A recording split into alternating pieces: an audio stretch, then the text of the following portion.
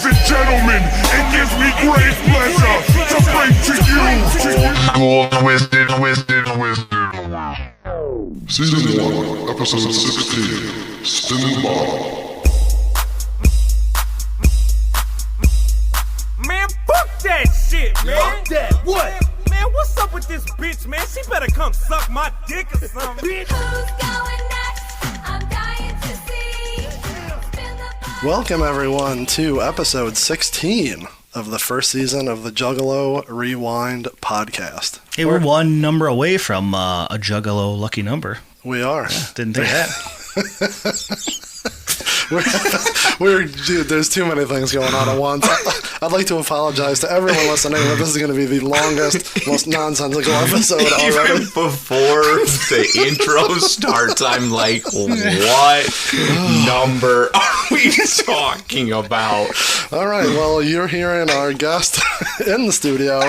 We are here with our good buddy Garrett. What is going on, Garrett? What up? And I am happy to be on this podcast. Welcome to the world of the Juggalos. Oh, everybody got clown love. And their mama. All right, I gotta start reining us in. Yeah, let's get back on track for a second here. It didn't take long. That was literally seconds. If you've been listening to us all the way through, you know that we go through one track at a time. We talk about the lyrics, we talk about the historical context of said song, and right now we're winding down on Mostasteless. This week, we have, as I said, special guest Garrett, and since we don't have many guests, we've only had a couple so far this year, right? Mm-hmm. We're going a little bit off of our normal format, but we'll jump right into Garrett's deal here. Tell everyone who you are, what you're all about. We can just start with who you are, how we know you. Then we'll get into your Juggalo history. Sure. My name is lack thereof. My name is Garrett. I've been friends with Chris for a long time, since about high school. And do you want me to say who I am and stuff? I'm like the co-creator of Wayne County Lyfe. Oh wow! Look at you dropping bombs. Is that what you meant? Is your arm okay? Patting yourself on the back there? Everyone comes on this show and becomes Barry Horowitz. We had Kelly over here to pat himself on the back. Get your gimmick over.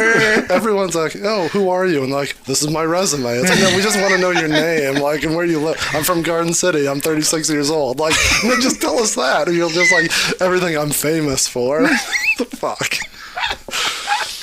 And then are we allowed to swear with you on here? Or are you family friendly? I'll fucking swear. Okay, I don't want your fan base to. The song we're talking about, I don't think there's any way around us. That's also true. Being unfamily friendly.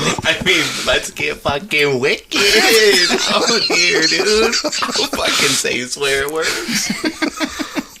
This is gonna be a fucking nightmare. So do you want me to talk about my history with Juggalos? If you want to get into, we don't even know. You're just I'm Garrett. I've known Chris for a couple of years, and I harass Juggalos. I feel like if I was to define my history with Juggalos, I've been a historic enemy of them, and I don't want to be now. In a nice way. In a good way. We're here to bridge the gap. Yeah. Make a friendship. You did bridge the gap. You were the first kid that was a juggalo in my crew. And when he was brought into my group of friends, I was like, we must remove this clown. He can't be here. So, but Chris was kind of the first person to be up close, a living juggalo in my life. Like he's a zoo animal. Right. I was lucky to have Eric Julian, a friend of ours, vouch for me to bring me in, because there was no other reason why I'd hang out with any of you people then. I was super close with Eric, and I lived next door to him, so I spent all my time. Me and Eric were like brothers. We lived in the same house, basically. We just shared houses. So when he was like, no, this kid's cool, I was like, what are you talking about? He's wearing a hockey jersey that has a clown on it. What year and grade are we talking? I remember being 9th grade. 9th grade, yeah, right off the bat. So that's be 1999? 99? 2000? Right. Yeah. So I'm showing up with a sweet, flamed out Jekyll Brothers jersey. Oh, right. Nice. That's and now, top notch one. I had known who they were, the clowns and all that stuff, and in our neighborhood. I just had a bad taste in my mouth with the clowns. I just thought they were bad. Like, I thought they were bad people, and I thought they were bad artists. I don't think that now. But when you're like 12, the people who were juggalos coming into school, I was like, I don't like these kids. So it's funny that you say that, because I think they touched on that in the recent movie, right? Like, or Yeah, I maybe think I've so, seen it but- in other places. So, not just to Yeah. spin off of what you're saying, people are very juggalos are very defensive about their group, their people, how people perceive them. Sure. A certain subsect of those are a problem because they are the ones that look bad. So there are people who are, I say this, we've bounced around with these names. There are people who are normal. Yeah. And there's a small minority that make them look bad. Sure. And that's where, like, obviously I think we're normal, but you are saying you encountered people in high school that were just either, like, too crazy or burnouts or, like, Yeah. too into the culture when you're that young. It's just real, like, this is all I like, this is all I Right, listen right. to. I'm throwing Fago, like, in Mrs. And I Robinson's didn't know eighth grade those English kids. class. I didn't even know them, so they could have been cool. That's why when I was forced to meet him, I would have instantly thought, like, this kid's a psychopath, and he's the least. I mean, he's fucking weirdo. Yeah, but, like, but not in that kind of way. right. So, like, that was kind of the first thing, and you were into art, and so like that was kind of always one of the things. And he was a wrestling fan. No, that's Of But course, I so- mean, that's hand in hand with juggaloism, I feel yeah. like. And so then I always go into, like, wrestling is the only thing where that's where they would always, I would come because I'm a wrestling fan, which means if you're going to brush in with juggalos, they're going to be in your life if you're going to wrestling Especially shows. in the late 90s when ICP's popping up, you know, in all three of the promotions. Yeah, at the time. and I was going to the indie shows, like, you know, like in Westland and stuff. So, like, yeah, they were around, and the kids were around, and all the fans were around. So, like, I did have brushes with them and stuff like that. But, like, so wrestling was kind of the thing where I was like, I've always said, like, if you're a wrestling fan, I can just, like, trust you. And especially as I was a kid, and you were a psycho wrestling fan. The Oh, yeah. most psycho I had met. So I was like, oh, okay, well, I can look past this juggalo shit because he's a wrestling fan. But I always thought that wrestling stuff was always like, well, that's the one thing I have to look past with juggalos. We're all fans. And when the bell rings, we're all fans. Yeah. And I think I argue this with every I don't want to say, I keep saying subculture, but every group has your good and your bad, right? Yeah. If it's college football fans, For if sure. it's Lions fans, if it's country music fans, if it's juggalos, if it's wrestling fans. Right. Like, there's a big majority that are normal ass, going to the job, working at a bank. Right. But there's like 2 or 3 that you see, they're like, how does that guy have a living? Does that guy have a family? Like, Right. does he have a home to go to? Like, but it's everywhere. So Right. there's bad Kelly Clarkson fans, there's bad ICP fans. Like, Totally. so it's not just, it just happens that we all live in Detroit, and I think we grew up in their heyday, and Totally. you had, That's you know, how it is. if you're in fucking Boise, Idaho right now in high school, Right. there's not like a subset of juggalos in your English class. But when we grew up, there was, and you're like, who are those weirdos? Totally. And now I love it all as just a nostalgic thing. I love it like it's the NWO. Like, it's ICP now is awesome to me. I'm like, and they're like, I have nothing but respect for them as, like, just artist and grinding and going for it and self-made as hell. I love that about them, that they're self-made. So I always thought that was cool. Even when we were kids, I thought that. Because you were the first one telling me about, like, their in-house stuff, the DIY stuff. They were the very first example I had ever heard of that. Yeah, way ahead of their time on that stuff. So much. And I remember you just being like, no, they don't get it printed. They print it. And then, and I was like, even as kids, we were like, that's so smart. Because we're in print tech. So Yes. printing t-shirts and flyers, thinking about that stuff. Thinking about that and knowing that they were doing it, and, like, and at that time a stranglehold on it, like, they were killing it. And I was like, I always respected that shit. And they're still doing it. You know, Yeah. It's crazy. 30 years later, they're still selling shit out and making it themselves and cutting Yeah, out they the stood the middleman. test of time on that. I've discussed this. So you had ICP, Eminem, Kid Rock all coming out at the time.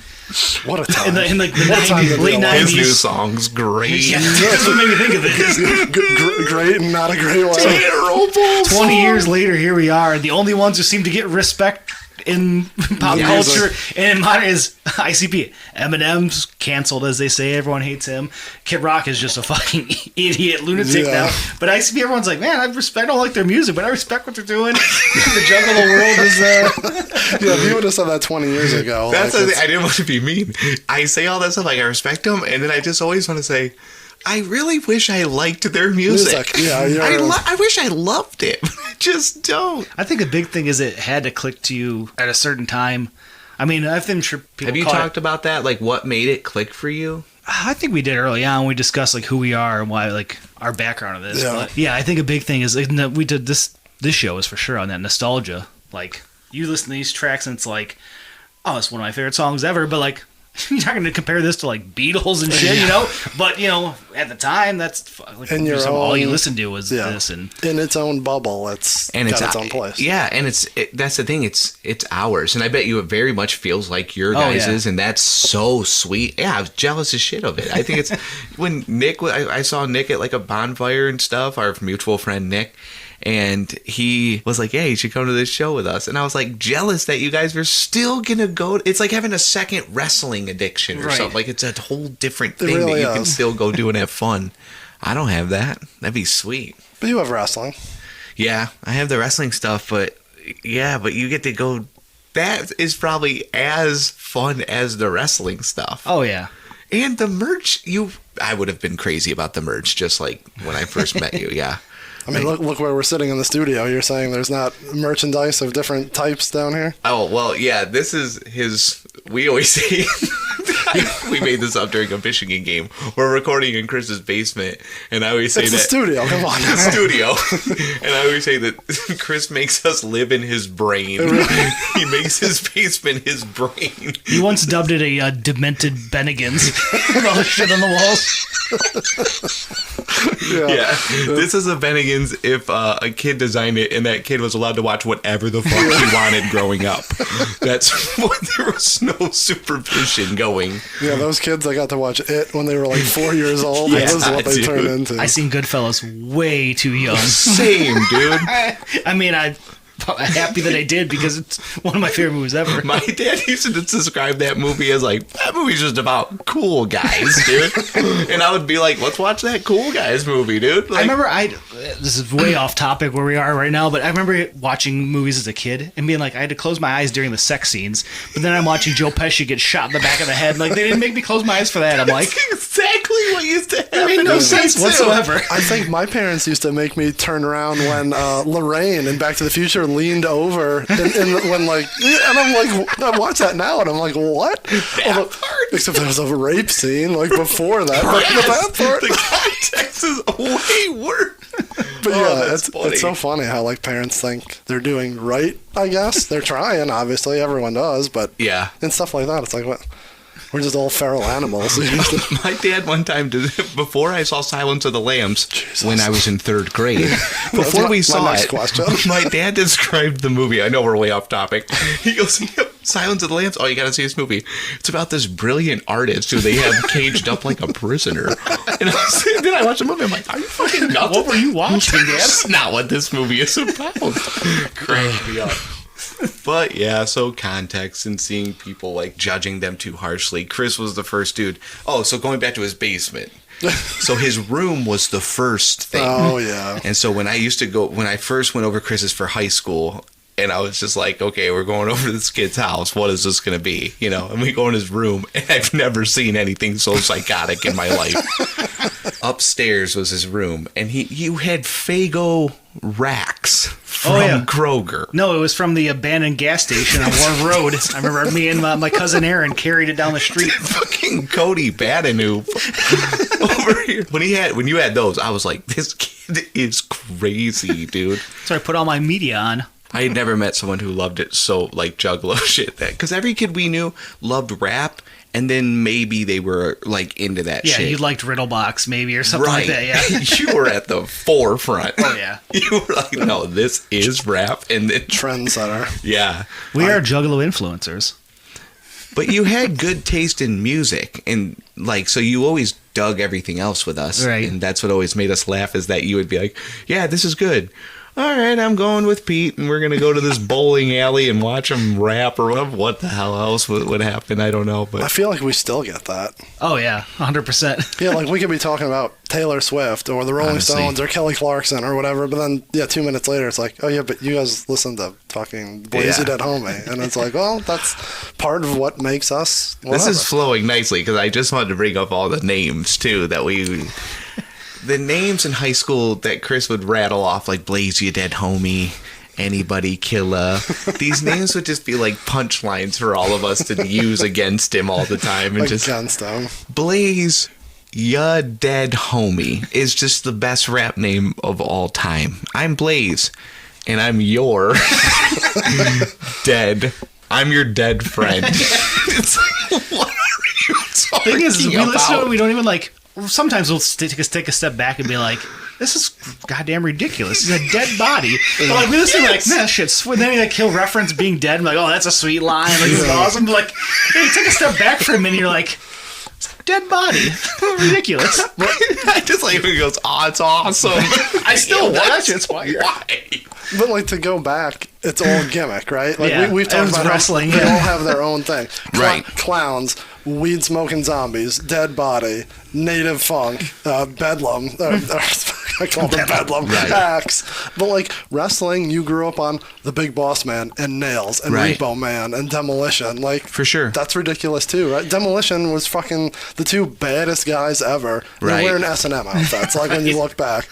Was I just listening to Greg Iron's podcast? It's crazy how there's a little sect in the 80s where all the faces were really bad guys. Yeah. Like Hogan was raking everyone's eyes. Right, and he shit. always a cheat. Big Boss Man turned face and was still handcuffing people and beating them. Like, and they stopped and they were like, could you imagine a cop gimmick right now on TV? That would be mortifying because it would be like, are you a good guy? Like, you'd be beating, like, they'd get canceled. The WWE would just go under right there. Like, That's why they just have bland guys wrestling now. the kind of that could be a whole nother thing. Yeah, they can't push an envelope. You can't have a cop. Right. But I got into wrestling because my brother introduced it to me, and I looked up to my brother. So the guy who introduced you to it, did you look up to the dude? Were you like, this dude is sweet? ICP. The guy who Juggalo music? introduced you to that. Yeah, so it was me and like a group of friends, and he had an older brother who was into it. So he, probably looked up. This is the key. The older he looked brother. up his older brother, and we'd go in his Right. room, and he'd have all the cassette tapes, and you see the tapes, and like, oh, that's fucking cool. Would his Like brother that. be there? No, and he was gone. We would Oh. take them and we'd make copies of them, and then we just listen to these bootleg tapes. That's another thing. Since day one, this motherfucker bootlegs anything he can. If this thing had tape in it, this kid could copy tape. It's true. See, that was the thing. I think I just got introduced to it, and I just was like, I don't know. The kids who I just was getting it from, I was like, I don't respect your taste. Like, it was just like, I don't know. It's this dude named Travis who, like, he one time gave me a ride in his Escort from the St. Raphael's Festival. Nice. And we went back home, which wasn't a far drive, but he played some Esham and some ICP, and I was like, no, not to this. And I think I was just more scared of him than anything. Esham for sure was scary. Even when I thought it was cool, I'm like, I feel like I should go to the fucking church and Yeah. get blessed after listening Yeah, to this. I was not comfortable with that. It was too much. You also don't like horror movies, I right? hate it. Yeah, it's honestly just like the things I don't want. That's what ICP is. I'm not into clowns, horror. No, Are you afraid of clowns? it's not a afraid thing. It's just like, why? I was just like, my No, wife no, I is get deathly you. afraid. Like, we went to a wrestling show and there was a mime, Yeah. and she turned and saw him and turned back around. And she was just bawling her eyes out. I was just showing my kids old clips of Bozo, the show. Did you guys watch Bozo? yeah. I didn't watch it, but I know, yeah. Oh, Yeah, Bozo's awesome. Five It's Foot, the bucket game. Yeah, there's a million clips on YouTube. It's great, but creepy as all hell. Oh, yeah, it's so creepy. I get why people are creeped out, but no, it was just more just like, and I will honestly always say, and I'm not judging, I was never impressed by their rapping. And I think for rap, it needed to be more impressive lyrically for me. That's just kind of where I've always kind of, my taste has been. You know, I'm an M fan, so it's like, Yeah. you have to impress me somehow. I don't. Right. My ears like that Now, better. to be fair, this was the years before Eminem. So you were Yeah. an Eminem. So what were you listening to? So in what high school? year, like, do you think this would have been that you were like even coming in We're talking, like, 95? 95. Yeah, I'd say 95 is a good point. Man, I was like 95. Man, I don't even know. 95, 96. I know Loney and them, so Bone. I know, like, that's like the mostly. Bone was like my 1st. So you would think that the transition, they were kind of around each other, I feel like, Bone and ICP. Later down the line. Yeah, Yeah, it's down like the line. early 2000s. Because there was a couple of times where I was enticed to come because you were like, Bone's coming. And I was like, what the hell are they doing performing with the clown? Well, it was Yeah. twice. They were with Twiztid. I seen them, and then they were on the Hollow Wicked Wicked, show with. That was a stack lineup. What's up, Hollowicked Wonka? Yeah, ICP, Bone, Tech 9. See, my dumbass Hot was looking down Muffins. on it, being like, "Why would you go on the show with the clowns? Want to know why, bitch? Because their show's working. They Oh, yeah. sell Yeah. tickets, bitch. I Like mean, that's why." They've talked about that. Who would they tour with? Was it Mystical? Where they went on a tour and they just threw ICP at the beginning. Yeah. Like, who cares? They come to Detroit, fucking 5,000 people are there. And after that, everyone's like, you're headlining. Like, when we're in the Midwest, you're headlining. Like, that's just... Bingo. The And that's stats why anyone... don't lie. There's another song we're going to talk about in the future on the season where they talk about jokingly, like, oh, you're going to be like with this and that on MTV or like on Jenny Jones or like touring with Mace. And like back then that was a diss, but now it's like, shit, like that's cool. Like it's, Hell yeah. Again, we were talking nostalgia is just the what brings us all back to the dance, right? So. This is great. I feel This like is all I'm good. mending a relationship with the clowns. That you are. Do you play the song? We do have clips Okay. in between. So not right now. Like Oh, we haven't okay. even gotten. We've fucking 25 minutes deep Well, into the this. songs hadn't been stuck in my head since I've listened to it, so I'm Well, just like, we- Should we get into the formalities? Yeah, we should probably. Whatever you want. I think we've had 20 minutes of Garrett's history with Juggalos, and sorry to all the juggalos I ever made fun of. I think your braids are sweet. I like the little rubber bands. I think it's cool. I used to rock the rubber bands hard. Oh, I remember. if you have any pictures of that, please send them to I'll us. mix them up, yeah. We can get those posted. I sent you my yearbook photo wearing a Dark Lotus jersey. That is great. That's fantastic. Okay, let's get back into the actual format now that I'm totally thrown off. Garrett, we knew right from the start this was going to be Right. it's going to be off the rails, but that's okay. One more thing before we get Sure. totally deep into this. Do you know the difference between ICP and Twiztid? Because we're talking Twiztid's most tasteless on this season. Does that, in your brain, either in high school or now, do you see the difference, or is it all just one juggalo, like rubber band ball that you can't see the difference between the difference? It's always weird when people can't see the difference to me. Like, they're clearly two different groups. They just are like homies. Yes, but people, I think, funny story, wrestling-wise, someone we knew went to like an autograph signing or whatever, and it was Britt Baker from AEW, Okay. and she wrestled at a gathering. That's a whole nother story about the number of people who have wrestled at the gathering. Oh, yeah, there's some ridiculous It would things blow there. your mind. Oh, And- another reason, bitch, because they sell tickets. Yeah. That's why. And someone was like, oh yeah, like I know or I work with Twiztid. And she's like, oh, is that like ICP? And he jokingly said, yeah, but better. Like, just because he's on that side of the... Sure. I think people don't... A large majority of people... Oh, no, I can't- don't think so. And it's not that, like, can't physically see the difference, but it's just all one, Yeah. but do you... I don't know. If you hear them, do you know the difference? For sure. Do you know that, like, they're different gimmicks? And Somehow I can tell the difference vocally, but like, yeah, visually and stuff. But I will say, I did know the difference because obviously Chris would just talk about it to us, and I was just always like, God damn, that's great, or whatever. Because I remember just being like, yeah, there's the clowns, and you just being like, no, there's these new clowns. Just like, what now? But I like that they were like super fans, right? That's how it started. They were like big fans, right? They were a local group called the House of Crazy that really opened for ICP and stuff. I mean, I'm sure they're They super must have influenced. started as fans, right? Or like they must have been, influenced by I them. imagine, yeah, everyone at that point was to influenced be by them and fair, Isham. no one wants to admit it in any form or fashion, but you've always got to be a fan of what you're getting into, Of right? course. Like, They don't want to admit it. I don't think a lot of people do in any aspect. Oh, for sure. So, like wrestling, our buddy Andrew, he trained to be a wrestler, right, Yeah. locally. But I think they instill it in him. You're not a fan anymore. Oh, So, like, you can't go to shows. You can't like the product in which you are now a part of. You are now part of it. But, like, so you, we didn't even get into this. You're a comedian. sure.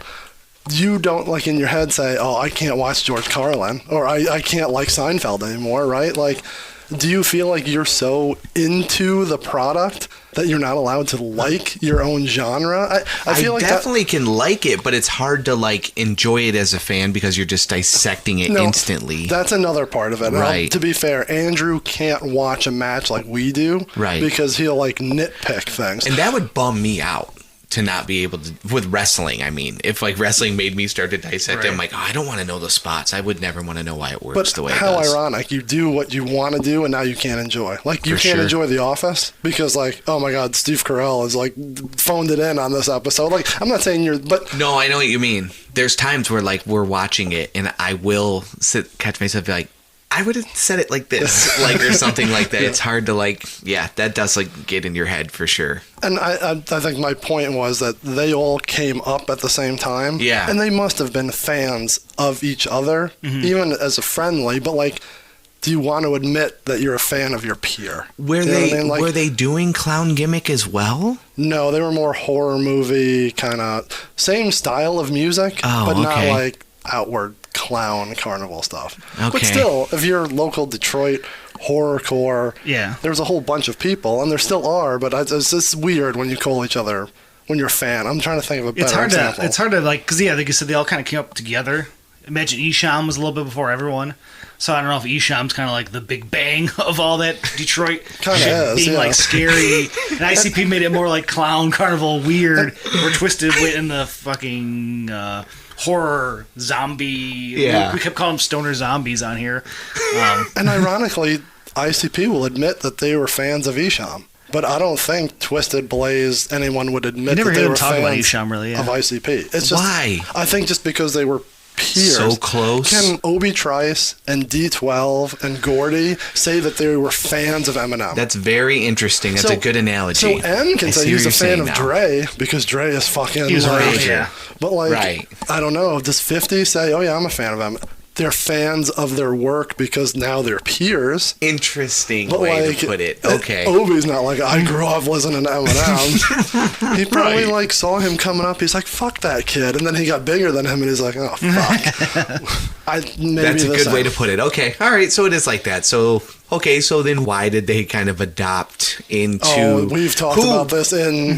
yeah. See, like, I don't know. You don't have to talk about it if you don't want to. I just was like, how did they...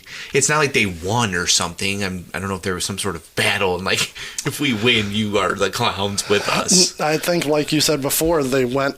I don't want to say where the money was. Yeah. But if you have like... Say you have 4 groups...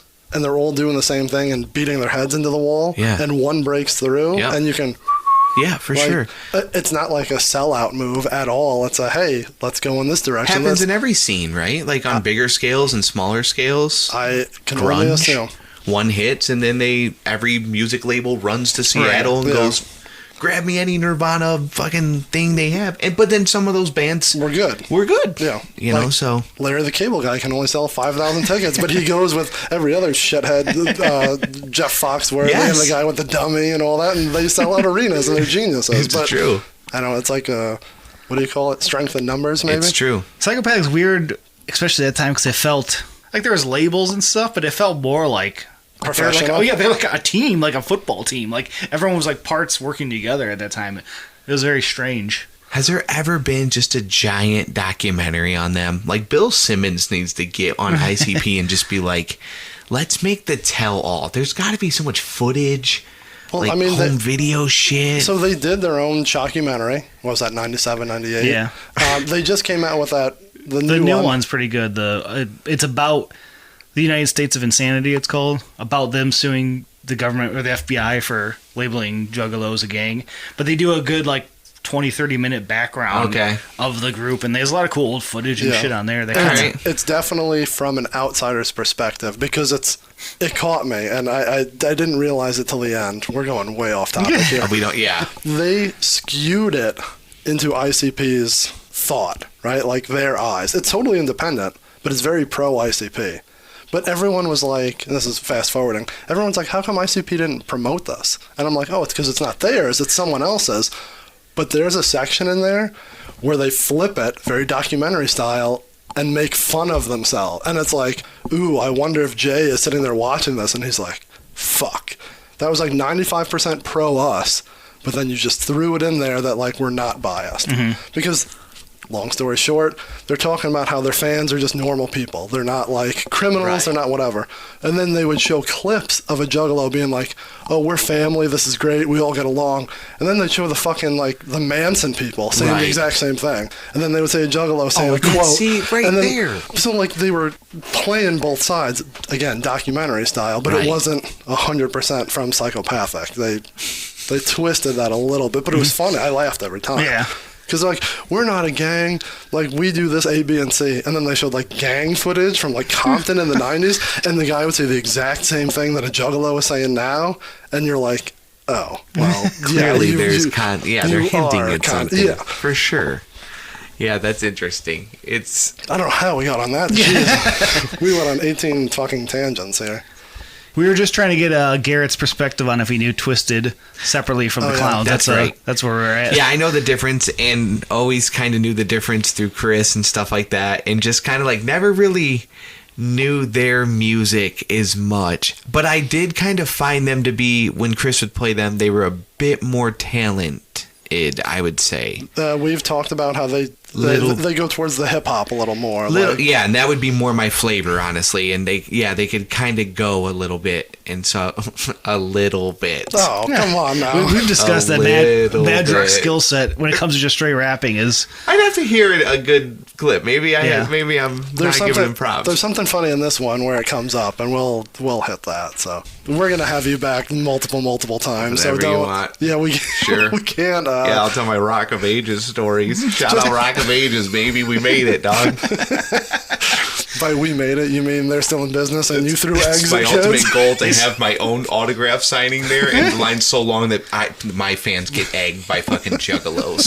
That would be the full circle. And I comes think full circle on you. who's ever covered in eggs, I'm like, I fucking deserve it. It's on me, dude. It's on me. And I know it's you guys whipping the eggs at them. That happens, I'll for sure egg your fans. That'd be badass. And I know exactly who did it. All right, so I don't even know where we are. Let's get to the song. history of the track here, the background, you know. So we're talking about Spin the Bottle. Producer on this track, Mike E. Clark. Yeah, we flipped the script here on the reissue. We had Scott Sumner tearing it up, but now Mike Clark comes with some bangers. Couple in a row here. I have something about this. Can I just jump in for a moment? Yeah, why not? Just I'll sit back and let you. All right, so when we were at Astra Comic Con, when I was hanging with you guys there was What does this have to do? no, this will have something to do with like producing of their songs. I'm sorry. Go No, on. that's okay. So we were all hanging out, and it was I could watch you guys become like, hey, they're here. Like the clowns were there, and you guys were pointing out in their crew people to me, and you both point out some dude who looked like a normal ass dude, and you were like, that dude has made every great beat for ICP. That dude right there. Do you Mike remember Clark, this? he was there, He yeah. was? Oh, yeah. The year you were there, he was walking around. See, I remember shit. I don't remember that at all. Yeah, see, and I was like, that fucking guy? And you guys are like, that guy right there is responsible for their best shit. And, And he also made All Summer Long. I was He probably did? actually Yeah. working. Oh my God. Wow, that's amazing. Yeah, so that, I remember that. So, all right. All right, then you know. I didn't know who- that was that guy, though. I just heard producer and started telling that story. So, Yeah, interesting. that's Mikey Clark, who made this so beat. this must be a top tier song you gave me here. I was working hard. You two were probably jerking off looking who was walking by. Oh, Making fun of Jake the Snake Roberts and his. fucking Jake the Snake being... Just fuck you, Jake, wherever you are, dude. We'll talk about that in a wrestling Disgusting. podcast in the future. All right, Spin the Bottle. As we said, producer Mike Clark. Time, we check in at 4 minutes, 13 seconds. It's pretty... Long ones. Yeah, Still. this one feels weird just because of the cadence of how each verse is real short, but there's a million of them. And the hook goes on forever at the end, like always on these. Thank God you're saying that, because my first reaction was like, holy shit, you want me to listen to this for over 4 minutes? I found that egregious. Yeah, it's a little long. Then what? This is like they're acting like they're fucking G units. We all die someday. Like they're all gonna take a fucking flow at it. I'm like, get out. They're going to take something at it. Dude, well, they're trying to make notorious thugs over here. It sucks, dude. It's funny, and I don't know if we have a couple chances this season to do this, but if we do different albums in the future, this is one of their first stabs at doing a multiple man song. Interesting. And it's different each time. So like, this is gonna go real quick, and we'll talk about it in the future. Lotus was like Lotus and Riders came out right at the same time, right? And that was a very formulaic. 2 guys do a versus hook, 2 versus hook 2, because they had 6. In these, on this CD, so you're looking at $85 an hour, Spin the Bottle, Hound Dogs, they're like, we have 4 fucking people now. Those are great titles. But like, through their years coming up, they're like, okay, we're a 2-man group or a 1-man whatever, for Blaze. And it's like, okay, hook, verse, hook. You do one, I do the other. Now they got 4 people, 5 people, 6 people. Fucking how many are in the new riders? 18,000? And like, it's a new formula. And I think all 3 of these on this CD were different. Okay. And they're kind of forming that. And this was real weird because, everyone's got 4 bars next. 4 bars. And it's like. Yeah, it jumps in and out quick. Like, how did we do that? Like, why did we do it that way? But they were learning. That's interesting. Yeah, because it stuck out to me that, like, as a rap fan, I love those type of songs. Those are like kind of what I lean towards. Just like, hey, every rapper jump and go. Yeah, crew ones. Yeah, I fucking still like Slaughterhouse when they were doing stuff. I was like, this is me all day. Yeah. I wish I liked Griselda more, but that's different. But they're too slow. But they is that what they sound like? Oh, they always do the gunshots. Oh the yeah, Griselda too many songs. gunshots. I'm going down the train and then the van and then the man. That's just every song sounds like that. But yeah, that was weird to me, listening to rap and just kind of being like, why are they only saying kind of like 4 bars and moving on?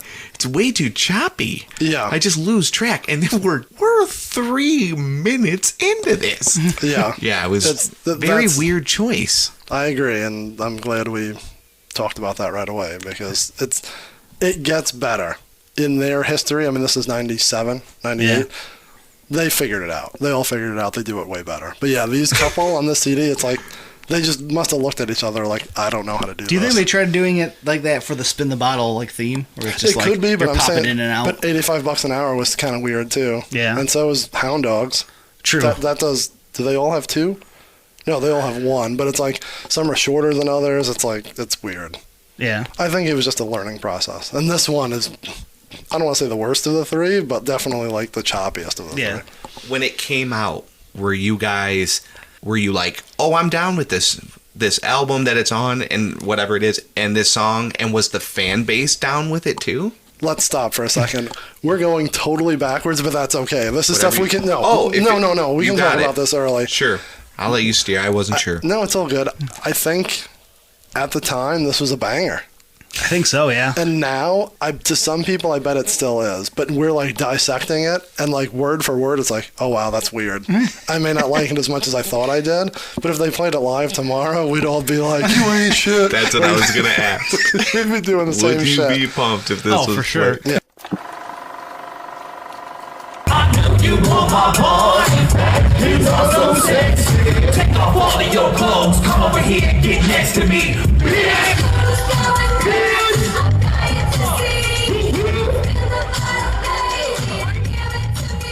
Blaze did nasty. I was screaming along to like, I use anybody killer rubber after him.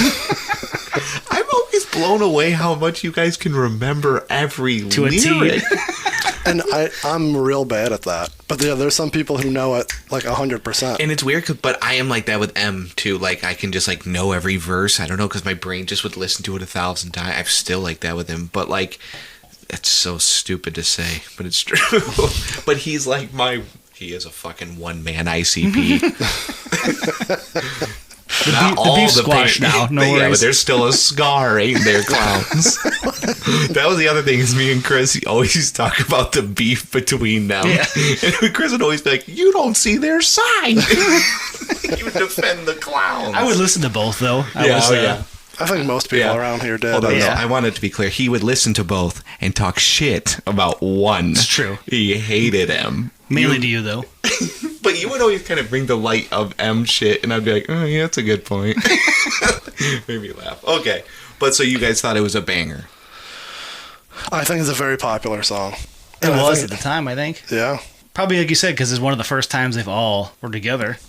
So you're marking out for that, I imagine. Yeah. I did remember, like, when you sent me the link and it said Big Money Rustlers. Is that what it is, Rustlers? It's Hustlers. Hustlers. Yes, it's I on remember very much making fun of that all the time. Like, I only can remember stuff that I mocked.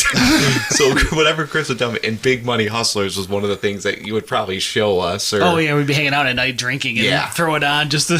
I only ever wanted to watch Stranglemania if we were going to watch anything ICP. And he was always like, no, let's watch this cowboy movie or whatever. And I'm like, freaking get out of here with this Western. They're clowns, goddamn you, Chris. So it's almost like Garrett's looking at my list here. Oh, my bad. No, it's all good. You're hitting all the things that we talk about just in random fucking order. Right. Was this album, like, successful for them?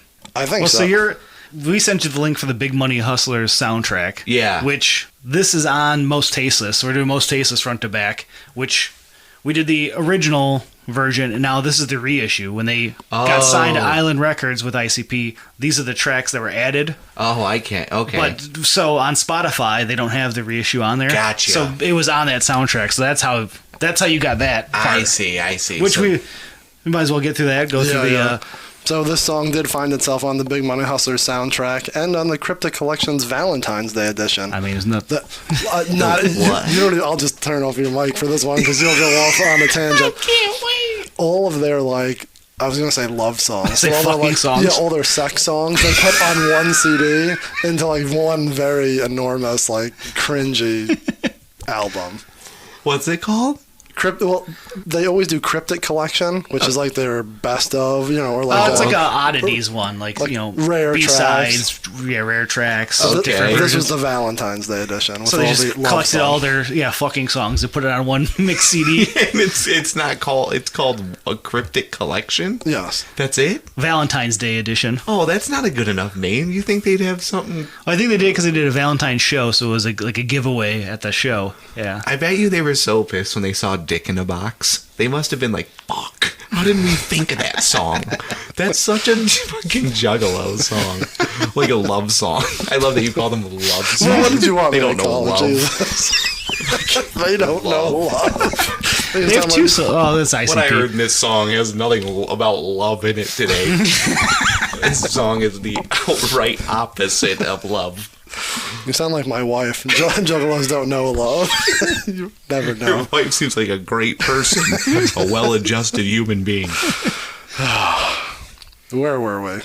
So it was popular, and it was on this. So so let me ask you this: if we're not to, so they go to Island Records, and that's like a big deal, right? Like that's like a big, and so they added these songs because they were like, these will probably help the album. Like probably like these will be bangers, right? They must have thought that, Yes, they took off some and they put on some. right? So And the ones they put on were all Mikey Clark ones, who was doing ICP at the time. So and ICP was on every single track in one form or another. So yeah, you're going from local, like it's only being sold in Detroit, Toledo, Pittsburgh, Right. to national. Right. So you gotta yeah, so you sprinkle ICP on to be like, hey, these guys they're part of our crew. Because at that time, anyone who opened for ICP, instantly, you had to fight to fucking get the crowd to like you because people just fucking throw shit at you, yell. Yeah, I So- remember hearing about yeah, so Tila when- Tequila. So when Twiztid got signed, I think that's a lot of the reason you get ICP on all these tracks. They're trying to get the blessing. Yeah, again, you've never heard of Obi Trice, but if you see a CD in Rock of Ages and there's a big fucking sticker as big as a thing that says Obi Trice and featuring Eminem, yeah. you're buying it. Fuck yeah. So I think that's what they did here. Okay, all and right. then you hook them, and then you're a fan of them. So And they can deliver, and ICP must have known that, so that they could deliver. Yeah, because so. at this point, they had a handful of artists they signed that didn't pan out, and this was the one to Right. create their own fan base inside the subculture. Yeah, for sure. I get mixed up on all the lineage of it. You guys have it. Yeah, It's we're like deep a in the spider weeds. web. We got an outsider here. We have to try to. Yeah, walk seriously, through. you guys are. I'm like, what are you talking? It's always like that. I'm like, what riddle box card are you talking about? It's so confusing. That was the other thing in high school.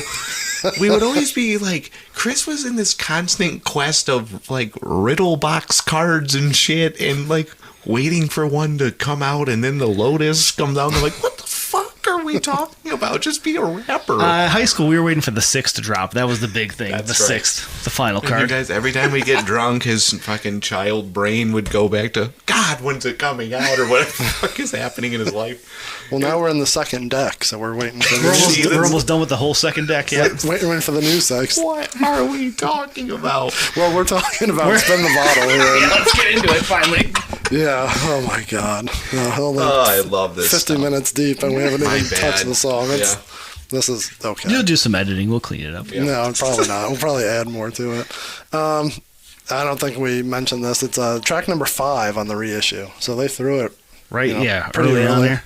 Da-da-da. Let's just get into before we get into the lyrics, I'm going to drop something on Chris that I don't know if he knows. So the beat's pretty simplistic, right? Like, it's not super, complicated. Sure. Did you ever pick up that it's from the Goldies? I seen your note here, and I didn't know that was. So it's from Barbecue on the Boulevard. Oh, really? Yes. It's not the exact same, but it's close enough. He took that and remodeled it for Yes. this. Oh, now, man. did they take that from something else? I don't know. But yeah, it's Yeah, when I was digging, I couldn't find any samples on it. I think Mike Clark's hard to find samples where I think he pulled, drum loops, things like that. yeah, But not like straight up. yeah, it's not like those early Twiztid songs where they're just jacking fucking parts of songs and stuff. You yeah, easily just find. easily.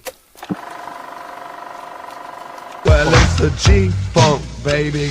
It's gonna make you crazy. We flip it down, we rub it down, wet slop it like gravy. I'm gold digger, bitch. I'm packed with the funk. If you think I farted, it's because the shit stunk. I'm the G-Funk.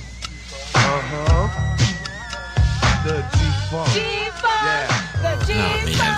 So we're not going to get that deep into it, but Goldie's was a supergroup ICP made when their CD went gold. And it's supposed to be funny. It's supposed to be bad. It was made in one take. Oh, It's okay. like, so it's not like Funny. well Yeah, it was produced. like a party that they did for the that's where it was from, right? They did a party for the album going gold, and they Yeah. did this fake group. The Goldies? Yeah. What type of music was it? Like rap and shit? Or- Yeah, but it was okay. just all talking about like their gold and how rich they were. Like they had it one was- called 13 Mile, just being like 13 Mile rich up.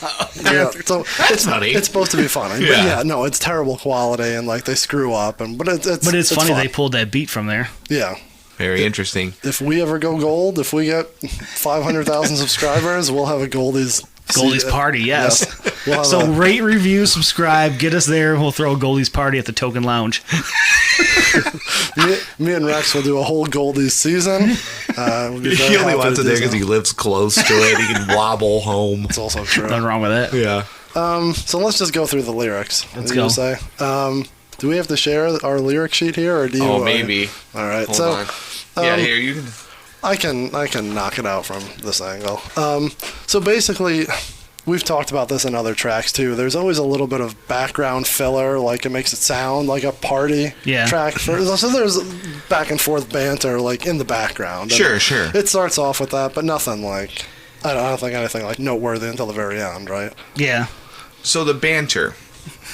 Oh Jesus! When you were kids listening to this song comes out, how old are you, Pete, when the song hits? Senior in high school or first year out. God, you must have been like, hell yeah to this. You must have loved this shit. And so I know you were like, yup. So were you like, yes to this banter? This is fun? Because like, I loved banter in the rap songs. Yeah. So were you guys like, oh, they're talking? Do you remember feeling that in these type of songs? I don't know why I Because it's did. more of a skit.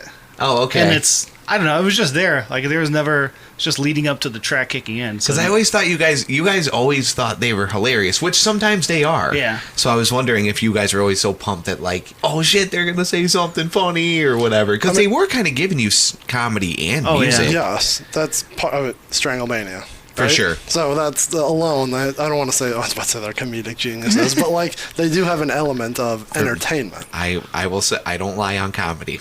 Stranglemania is fucking hilarious. I don't care what anyone says. I don't want to give them props on it.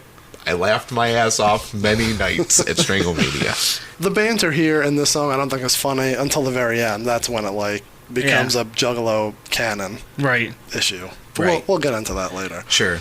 I was about to try, but then I see Garrett smile like he's about to say something else. So I'll It's, just just the banter is so just fucking juvenile. It's just Everything on this. disgusting pigs. I just don't understand. You're grown men. I don't. It's very or like late '90s, like just vulgar to For the sure. point of vulgar. For sure. They Vulgar were for the always at second. another level of it to me. No offense. I don't mean any offense. The vulgarity. Yeah, just they were so juvenile in their vulgarity to me that like Chris would play it and I'm like, ugh. You're probably playing shit like fucking the. I can tell you which song. It was Cotton Candy. And I was always like, Chris, knock it off with this. And he would just be, just loving it or whatever. See, I feel like we don't laugh as much at the sex song jokes, goofy shit, but we laugh at like I don't know, stupid dumb shit. Like we were laughing What did we laugh at recently? a few episodes back at the fucking hotline when they're talking about. Yes. I guess that's the same thing. Talking about a guy's sack. Yeah, Here. being four times as big as a normal nutsack. my God. What the hell? It's so ridiculous. You can't help but laugh. Yeah, it's childish humor. It is ridiculous. It's ridiculous. All right. If you don't know, Spin the Bottle is a game Right. where kids, have a bottle in The the young middle. kids might not know. I don't know if they do that anymore. That's what. Especially not post-pandemic. Yeah, no shit. Well, yeah. So you have an empty bottle, I assume empty, between a circle of kids. You spin it. The person who spins it has to kiss the person who it lands on. Right. That's the premise of Spin the Bottle, right? Sure. Right. What's that movie that just came out a couple years ago with the kids? And like that was the premise. They were going to a party, and they were trying to like learn how to kiss girls. Oh, yeah. It was like a super bad. But like Yes. for junior high. Yes, I know what you're talking Our about. buddy Mike said that he laughed so hard at that movie that he passed out. Get out of here. He's like, I woke up and I'm like, what the hell just happened? That would be amazing. But like that was a pretty funny. I didn't expect it. But Yeah. like it was talk about jarring that those kids are fucking like 8 and they're talking about this shit. It's like that's not super bad. For sure. They're supposed to be like 18. These Right. kids are like in 3rd grade. Right. They're talking about shit that's like that shouldn't be happening. But that's the premise of the game, Spin the Bottle. Yes. And this takes it to another level, which I have another question about, but I'll let Garrett go ahead with No, whatever it's just he's like about one of to. those things of like it's not that this was like any more like it's not like they're saying stuff that we weren't hearing from other artists at the time. Fucking M and 50 were saying the same exact shit, but like 5 years later. Go on. yeah, for sure, probably. I'm just saying. But Yeah, they I were like how just- you group them all together, but this is like There's just something about their fucking their cadence of their talking. I mean, it's so just like, what's she gonna suck my dick, bitch? I hate that weird comedic thing they would try. I don't. It's such a late '90s trope. Yeah. Just speaking like that, like just like she better suck my. And I'm like, shut up with that. And we've talked about how every CD has that. Of that era, rap in particular, you had a fight song, a fucking song, Yes. a loving song, Yeah. a group song, like your weed song, like it was Totally. almost like, hey, we need 10 of these type of songs. You end on a ballad, you have a hidden track, you have 2 skits. Everyone was doing that. Yeah. That formula worked. What's the song? Yeah, M was doing that with he has one with D12 on it. I don't know where the pour it out. Yeah, so the banter. Okay. So we're talking about the game Spin the Bottle. I'm going to ask this question right off the bat. Yeah. This is where it's ridiculous. Now where you're catching up to where we are here. Right. They are playing their characters because they're not. The humans aren't doing this. This is their character. Their characters. Yes. They're playing Spin the Bottle. Right. Is it one girl and the 4 of them, or is it a different girl each time?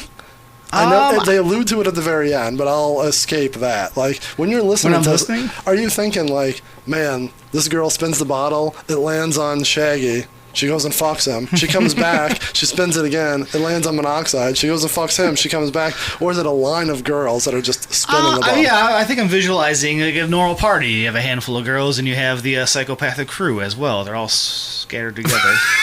That's how I'm viewing it. I mean, the problem with that theory is that it lands on them in the same order on the second round, but that's beside the point. I'll let that go. You gotta leave some to the imagination. Right. you know? Yeah, I mean, it's a song, but I'm guessing there's more than one chick there, but I think it's a different girl. I think so. Okay. I'm just Though the hook Sounds like it's just one chick singing. Yeah, who's going next? I'm dying to see. I took it as there was multiple ladies in the room. For some reason, I found it to be maybe there's a hot tub or something. In my head, when I started listening, I'm like, all right, they're at a hot tub, I bet. You know, I don't know why. Well, let's get into the lyrics, because you're not going to be wearing some cowboy boots in a hot tub. Well, and I'm very confused by the fluorescent glove. I love that. So that's not that's the first one, Yeah. right? Okay, so first one lands on monoxide. That is great. Usually we don't go this in depth. Oh, okay. But like sometimes we do. But because these are so short, I think we can. Right. Like, can I say something about the chorus? Because it starts with the chorus. What's going next? I did not think their singing was good. I would have not sang it like that. It sounded just kind of repetitive in an annoying way. I don't know. I would have sang it more sexy, maybe, and not so like. How would you sound? There's your lyrics. You could have just went like a groove on it, you know, just like what's going next, and I'm dying to see, you know, something like that. But instead, it's like you turn into Run DMC there. I'm going next. It's always too choppy. It makes me bounce. I bounce to it. Yeah, I know you like this music. Who do you think they got to do that? I mean, obviously, I feel like I was going to ask. Whoever that is, I feel like she's on all those. Oh, okay. So you because heard that voice her sounds voice familiar. Before? Oh, this is interesting. Like you hear it. Sometimes Jamie Madrox does the girl voice. Wow. But like this one for sure is not in like a good way, like in a you can tell of course. he's like in a derivative, terrible way towards women. But he's not just very like high pitch. Yeah, screechy to make them sound terrible. Like Farley on SNL. Oh, great. I'm sure it's aged great. I'm sure he has a lot of respect for all women. Come on now, that's not where we're going with this. It's clearly him. This is clearly a woman, and I don't know if it was like let's see, someone they knew. Jamie Madrox in the very beginning of this song says, "What's up with this bitch? She better come suck my dick or something." I mean, he's open for a few things. That's a threat. It's a call out to later. Don't you worry. Let's just get to the lyrics. Or something. So, as Chris alluded to, the bottle lands on monoxide first. Right. And he is wearing cowboy boots and a fluorescent glove. Yeah, what is the glove? I'm so confused by that. I have no idea. Where? This monoxide child? I guess because he's talking about he's riding here like a horse. So he's got the glove, you know, you got to grab the saddle with the glove. But it being fluorescent, I guess it's party. He's got the party glove on. Well, hold on. So I was confused by this. I'm glad we are dissecting. So the first line is, "It's Paulie, baby, Paulie." Who's that? That's his real name. Yeah. Oh, all right. So that confused me. We're going fucking word by word here. I like Well, this. that's confusing. You know, when I was listening to it as an outsider, I'm like, because he kind of sounded like he was like Italian man. It's Paulie, baby, Paulie. And I'm like, is this a Paulie Walnuts, baby? Yeah, he was kind of going with like a thing. I'm like, what is this thing that you're doing with this? Honest to God, T. So you bring this up. What's your fucking plan? Eat ketchup packs? We should have stopped at Roy Rogers. And I should have fucked the 11s, but I didn't. You bring this up. It's come up in other songs here that we've talked about. Is this the first time that he says his real name? Yeah, I think so. I think so. Obviously, Jamie's name is Jamie. Jay drops a Joe Bruce in this album. Okay. But that may be the first time. That's the first time Paul's been referenced, yeah. Yeah, so that's just a little with nipple licking love. I'm sure that's what it. So the cowboy boots and fluorescent glove, what is that in reference to? We have no idea. That's where we're confused. But as he goes along, I lash you up, jump on your back. So he's riding her like a bull. Yeah. But he just wears a fluorescent glove. You know, it's a party. So he's got a little spice to his glove. He doesn't need a saddle because he just sits on his nutsack. Yeah, I mean, nutsacks are prevalent in the Juggalo culture. This is where I want to be like, as a comedy person, okay? Do you think he was proud when he wrote that last line? Like, this is hilarious, dude. Because I would have just been like, that could use some punch up. It's not that funny. So this has come up for $85 an hour. I feel like it's a defense mechanism that they go back and say, we all sat down and did this in one take, and it was like, hey, let's knock this out, and that was real funny. is that really the case? Or did they sit there and like I love that you say that, Pete. do it for like an hour, Right. days and weeks, and then they're No, like, it doesn't feel like that at all. oh yeah. man, that kind of sucks. Like, let's just say that we did it real quick, Right. and like it sounded like a freestyle. That's very interesting. Yeah, see, I was always like, yeah, like, can you, like, because I think they could do it better. They probably could. They're probably better artists than they give themselves credit for. This is going to be a leading thing, but I'll start it now. He doesn't do anything sexual with her. No, he just No. rides her like a horse. Yes. So I think we see a trend here going Okay, forward. But I just sure. want to make note that it lands on monoxide. Right. He talks about what he's wearing. He likes licking nipples. Yeah. But he sits on his nuts. Yeah. That's what his turn was. Classic. All right. So that's him. Oh, yeah? Next Spin it. Next spin. Who's going next? I'm dying to see. Spin the bottle, baby, and give it to me. Shaggy Too Dope. All right, so it might be. I love rap names. Remember when we were going to record 3 episodes tonight?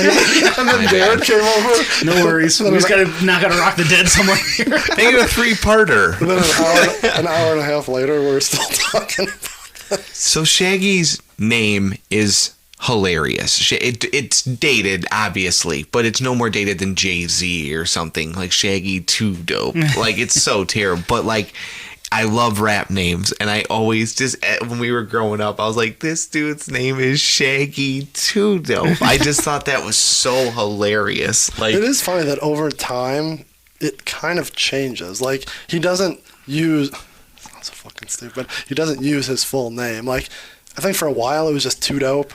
And then, like, I think now people just say Shaggy. Jay and Shaggy. It was say Too the whole- Dope, then he added Shaggy, and then, yeah, it just turned into Shaggy. Yeah. Sometimes Shag, sometimes Guidi.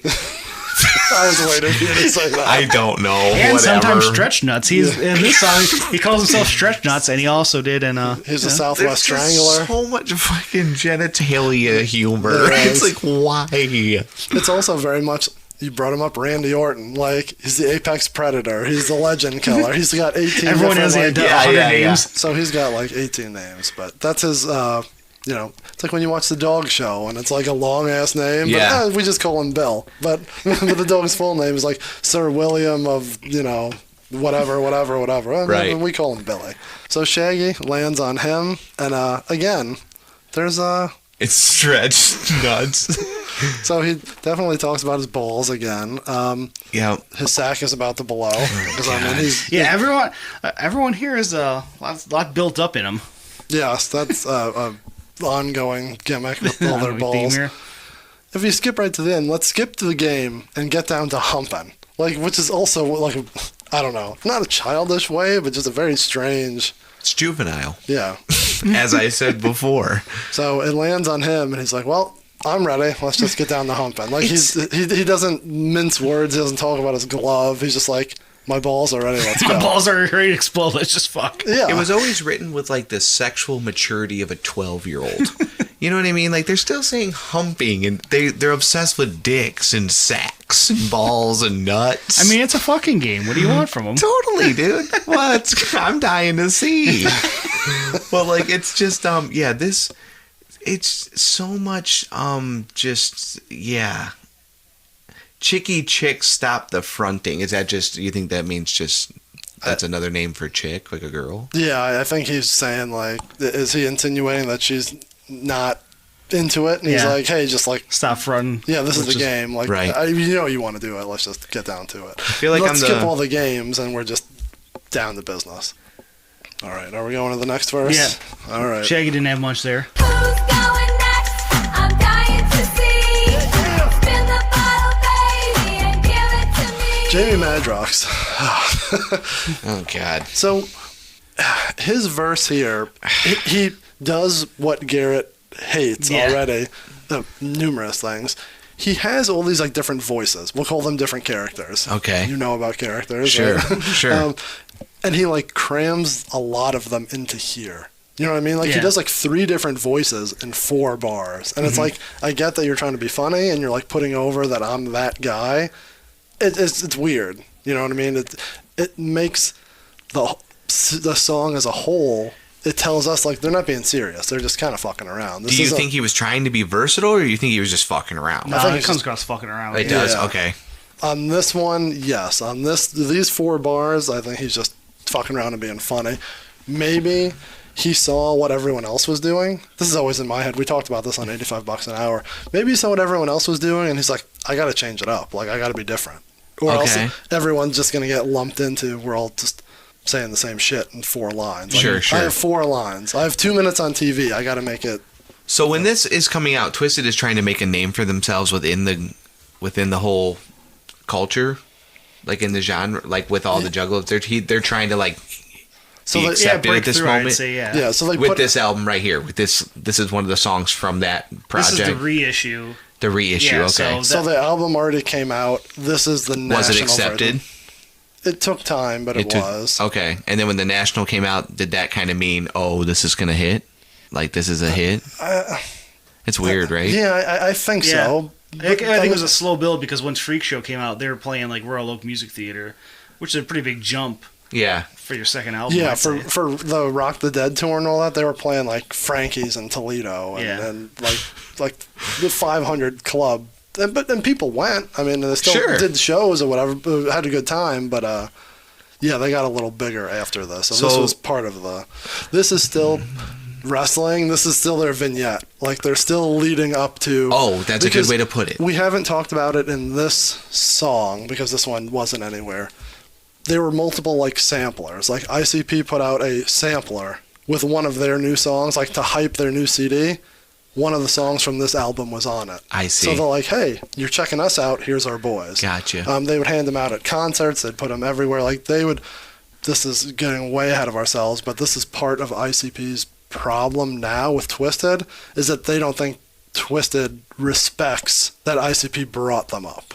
Like, hey, everything we did, we brought you with us. We went on Howard Stern, you were with us. We did a tour, you were with us. We had a CD, you were on it. We helped you.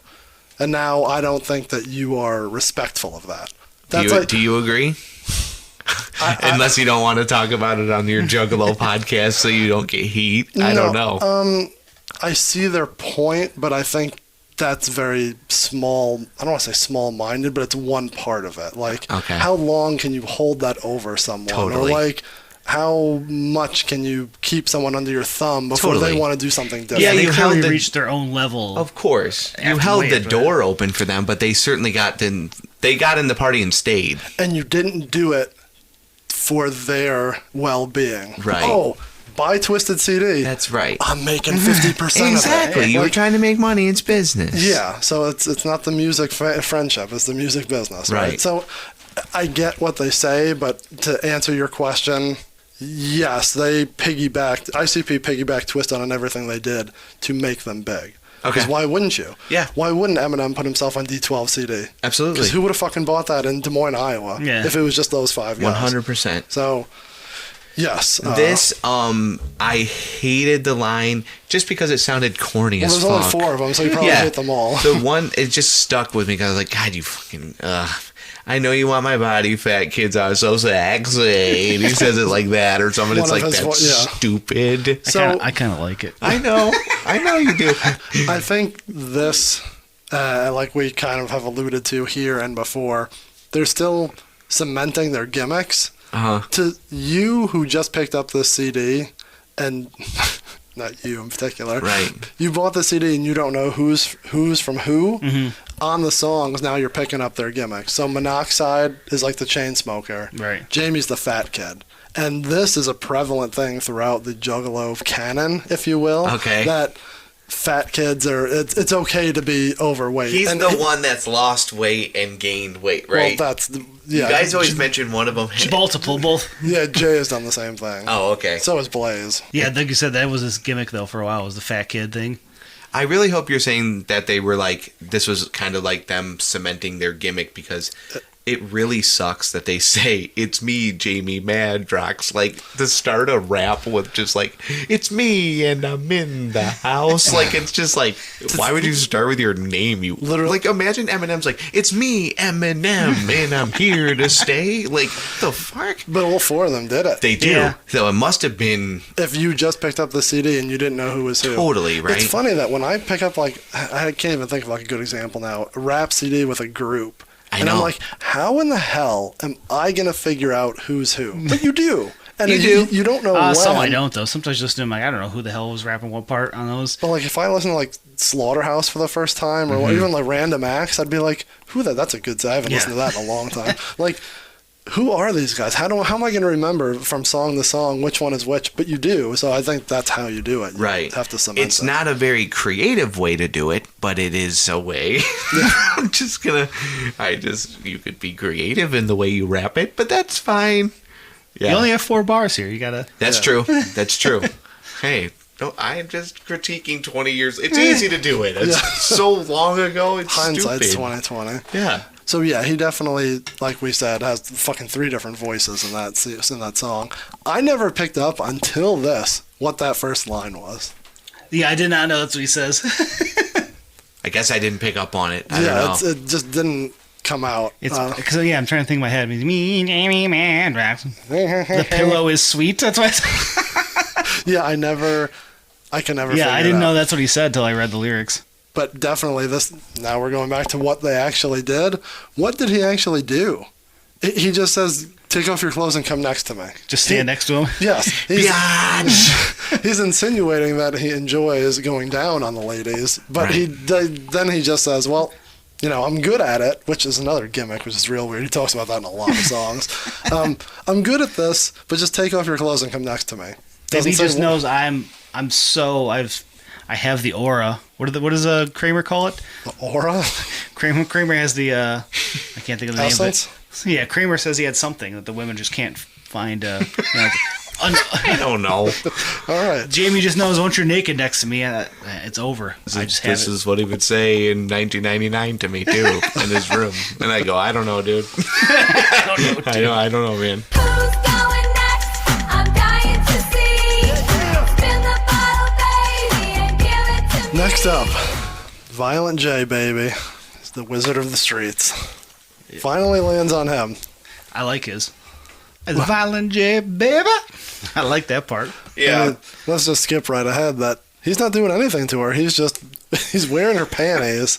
And then he, as Garrett alluded to in our text before this episode, he goes down on her wearing his face paint, which mortified you. This was like kind of the most creative vulgar line, I thought, in this song. You got clown makeup smeared on your inner thighs. He doesn't say what he's doing. It's very... Right. Yeah, it's just the idea that he has his makeup on if he was to go down on a girl with it. But it's probably... I don't want to talk about it. But I think you're just skipping that he's rocking her panties to show you he's a freak. He's such a freak, bro. Fucking jackass. I love him to death. How many times do you think he's ever done that in gimmick? What? Fuck that girl. Oh, hundreds. Oh, yeah. I mean, hundreds. So many shows, for sure. He doesn't like wipe off. No, he's doing it right after the show. I think coming they right prefer. backstage. I think it's There's a song about that. Yeah, I'm not doubting any of this. I just wanted to put it out there. It's a wild. Okay, so the Wizard of the Street, is that a reference to anything? Why is he the wizard? Is that he's the Wizard of the Hood? Which he calls himself that. Which is a song and then a full length concept album. Which is amazing. It's awesome. Let me say this, too, about these dudes. Let me give them their props. These motherfuckers could pump out material. And they build a universe. Like you said, is this a reference? Oh, yeah. It's a song back in the Carmel Seriously. Carnage. Then he made a whole album about it. Yeah, that's a nickname. My ultimate, people that I look up to are universe builders. That's why I love Vince McMahon. Vince built a universe for us, and we live in that universe. You love Star Wars, that's one, Marvel there. And they built one. And so that's weird because it's like how many other rappers can be like, yeah, bitch, I built a world. Yeah, you're not just dropping albums. Right. You're building an entire characters and callbacks. I don't give a shit. But we stole it basically from Roach Coach. Like, it's the Juggalo canon. Yeah. It's like their own It universe, is. like you said. And I don't give a shit. That's impressive. You know, even if they had 0 fans, that's impressive. And they had like a following. So it's just weird that you have a callback and you were like, hell yeah, he's the Wizard of the Hood. Like you knew. Oh, I love it. I love it. Oh, that's great. I think that also just refers to their nerdy, like, not that they played, but his brother played, Dungeons and Dragons and shit like that. So to call yourself a wizard of something, that's not something we would say, but to him, it's like, then you're the highest of the high in that realm. Yeah. So it's just kind of a callback to the nerdiness, I would think. Okay. All right, so he's dancing in her panties. Then we get back to a little more banter. You break up the 2 sections of... Yeah, Jamie Madrox being mad that no one's sucking his dick. Yeah. He says, someone better suck on my dick or something. What a love song this is. I mean, he didn't really ask for it back when he jumped on, Like you said, he just asked her to get naked and stand there, so... Yeah. Exactly. You can't really blame her for knowing what... Yeah, mixed messages, pal. Come on.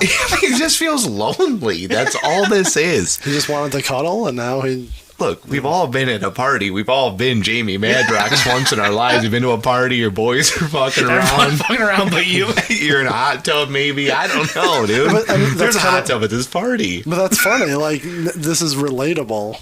Not in 90% of it because it's ridiculous. Yeah, but the outline of the party, you're left out, yeah, for sure. All right, so he banters about that, and we'll get to that at the end. Lands on monoxide again. Who's going next? I'm dying to see. Spin the bottle, baby, and give it to me. And he is full of himself, wanting to tell the girl how great he is. Call me the plumber, because I'll snake your drain. Yeah, I know. Buttermilk love nugget. Is that what he says for real? Buttermilk love nugget? That's what I picked up on. I like how it sounds whenever he's saying that. Buttermilk love nugget. But I never knew what he said.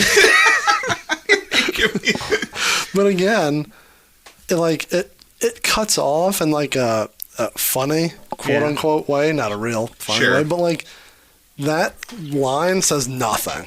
Like, that adds no value to the story or anything. The buttermilk. No, his whole verse. Whole thing. Oh, yeah. I don't understand where we're at with this. This is where I'm just always like, anyone could have wrote this. I'm sorry. Try harder. And to go back, he didn't do anything. Like, so in the real story of this, it landed on him. Right. And what happened? Nothing. He tickled Twiztid her nipples, right? He actually did that, or he's saying he would do that? And yeah. All right, so that was not the best of verses, so... I like how it goes, though. Like, the verse, makes no sense. The lyrics, but I like his flow. I like his... I understand. We're short on time. Sorry, let's keep going. Who's going next? I'm dying to see.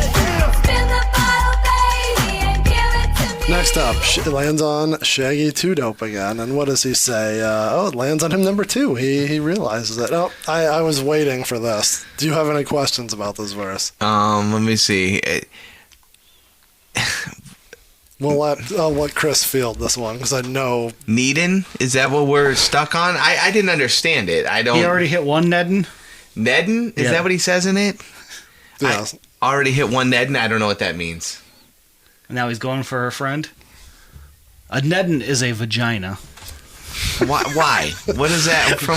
Why? I don't know why, actually. Why did they start calling it that? Made up their own word. When did you first, when was it installed in the world? No, that's a very good question. Yeah. When we're doing this, and it's happened on other songs on this album, I try to think, is this the first time?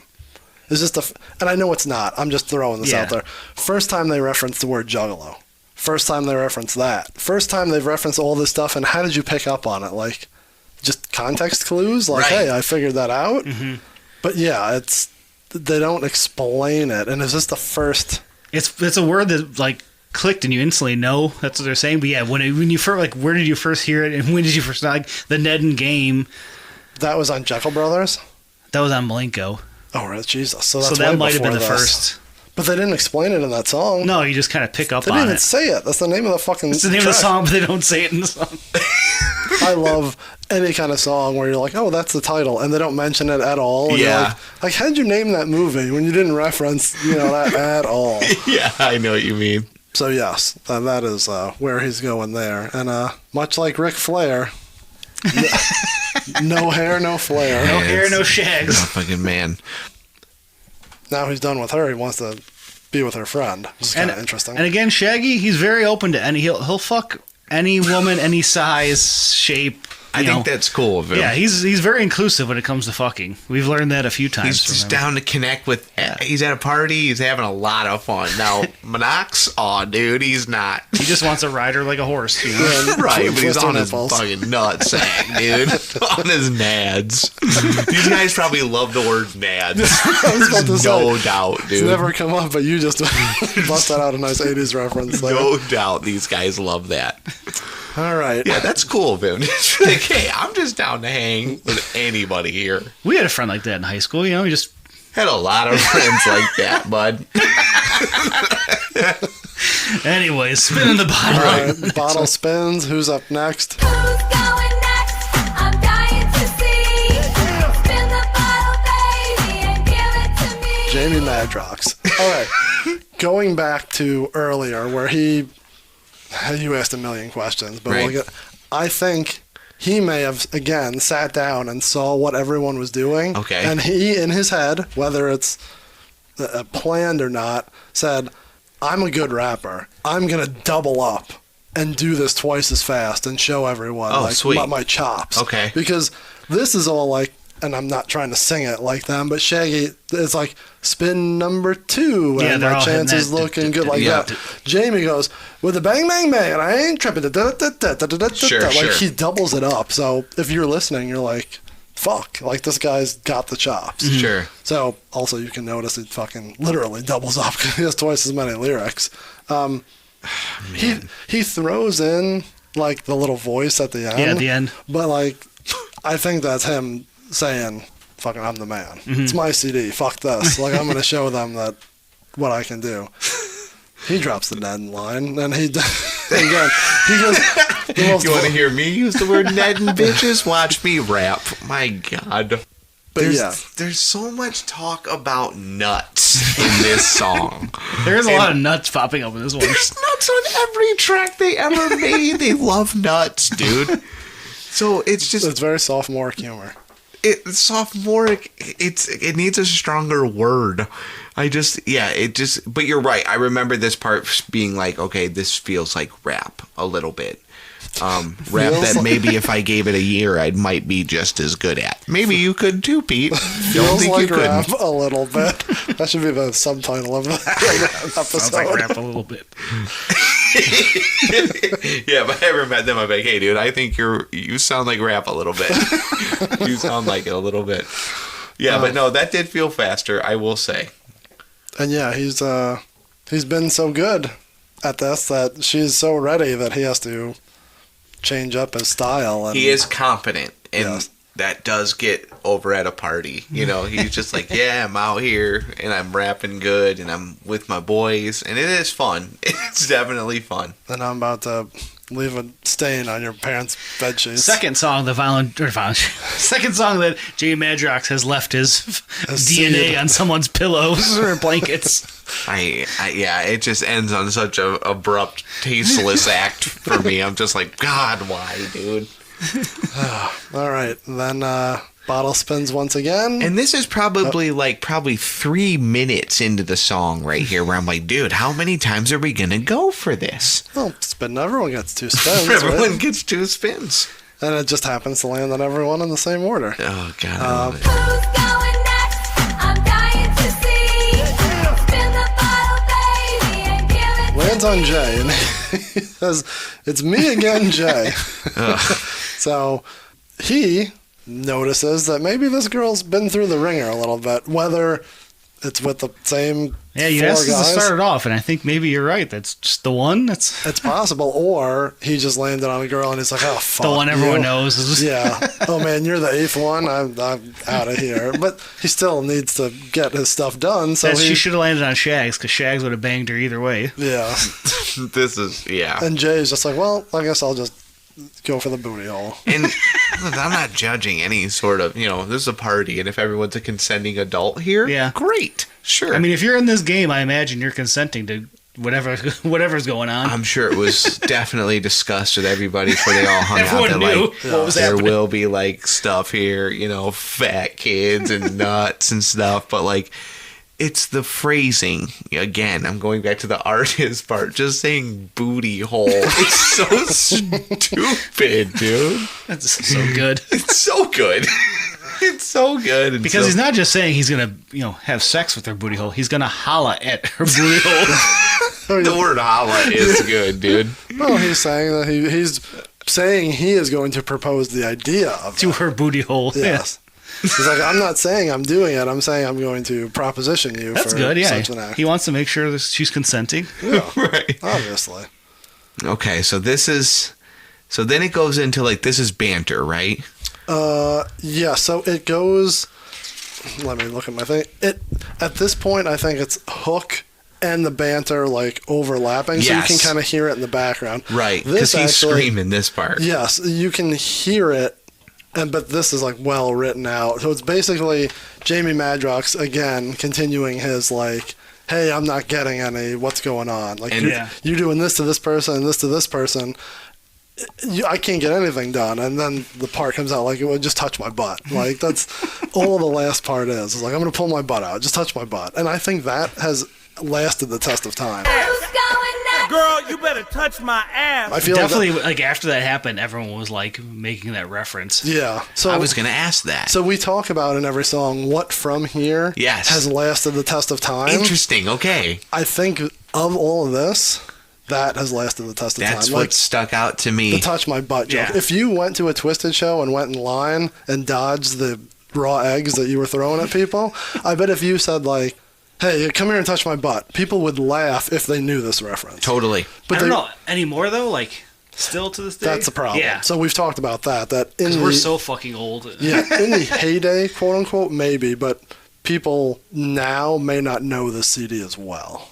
Interesting. Again, to go to like, we go to a Pistons game. People are like, think Rip Hamilton and Chauncey Billups are like we thought fucking George Mikan was. Yeah, you know what I right. mean? Like, oh my god, do they play in black and white? It's like, oh my god, like the best It's players true. ever. Yeah, it's just generational. It's just Yes. too old of a generation. So I think people going to see Twiztid now, especially because we've talked about this is literally why we're doing this podcast. Right. They're more of a rock sound now. So they're on 101 and they're on 89X and they're playing the Riff Fest. Oh. So people could see them and be like, "Hey, I'm going to buy this new CD. I like this." And then they go back and listen. If you're listening to this right now, we're kind of catching you up on the old stuff. You know, like maybe you just saw, I don't know, fucking the last Transformers movie, but you didn't realize there was a cartoon in the 80s. Go back and watch. Interesting. So we're helping people either recreate their old nostalgia, Right. or we're teaching new fans, younger kids, what the old stuff is all about. Who's going next? Girl, you better touch my ass. All right, well, that's a wrap on the song. Do we have anything else? We've kind of intertwined everything that we usually talk about throughout the episode, right? Yeah, we kind of touched on everlasting Juggalo culture. Yeah. I guess the only real thing to touch back on is where do you place it? Album, historically, like all your top lists. Where does this fall? Yeah, I can't wait to hear this. I'm gonna say bottom half. Bottom kinda- half of this CD? Yeah, it's kind of similar to $85. I like more. I think it's the same thing. I guess it's fun for what it is, but yeah, when it comes to the Most Tasteless album, I would almost call it a skipper, maybe. Ooh. I don't know. Yeah, back in the day, I think I would have thought this was fire. But going back, maybe not. Yeah, maybe. I still say the beat. I dig the cadence. I love the. Yep. But now, yeah, I'd probably put it in the middle, if not lower middle. What do you think, Garrett? I think in the, no offense, all respect to them, I just think it would be in the lower half of music. If there was a top half of music and a lower half, I would just say there's a lot of music, so who knows who's in the lower. I would say that song, lower half. Their career, top half. That song, lower half. Way lower half. When I generally hear it, I'm just thinking, guys, I think it's just a whole, you could be better writers here. I think we could just do better on this song. And you can, I'm not put blame, but like, how did this come to be? But I don't know.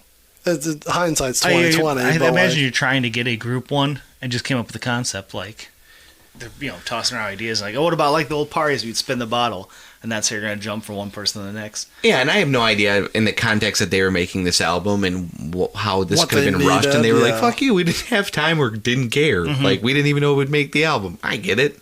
That's just me hearing it. A lesser person, I think, would maybe say Twiztid had one train of thought, and the boss had, no, you got to do this. Like, you need to do this formula. And they're like, oh, fuck, we got to do this. This is the underlying storyline where Pete blames Jay for all the songs we don't like. Interesting, Pete. But if you look at the stuff that they brought to the table, again, we'll go through this real quick because we've talked about this ad nauseum. Twiztid brings, like, this much to the party. Like, there's a dinner party. Oh, here's the plates that we brought. They're like, well, that's good. That's interesting. Like, bring us some more like that. But here's some stuff that we eat here. This is what we do. And they kind of cram that in there. So, not saying that's right or wrong. I mean, ICP was doing it bigger and better at the time. Sure. And they brought Twiztid in with them. So you've got to listen to the advice of the boss or the elder person. Yeah. But wasn't their flavor. Right. Like, they found their flavor eventually, but I think this album in particular is like every fucking one thing from every food truck on one plate. And Sure. It's too much Italian and Chinese and German and whatever. Like, it's too much, and it blatantly shows. And these 5 songs were all ICP/psychopathic sounding. Maybe minus, I don't know. Rock the Dead kind of gives some original Most Tasteless vibes. But it has Mikey Clark, very distinct For beat. sure.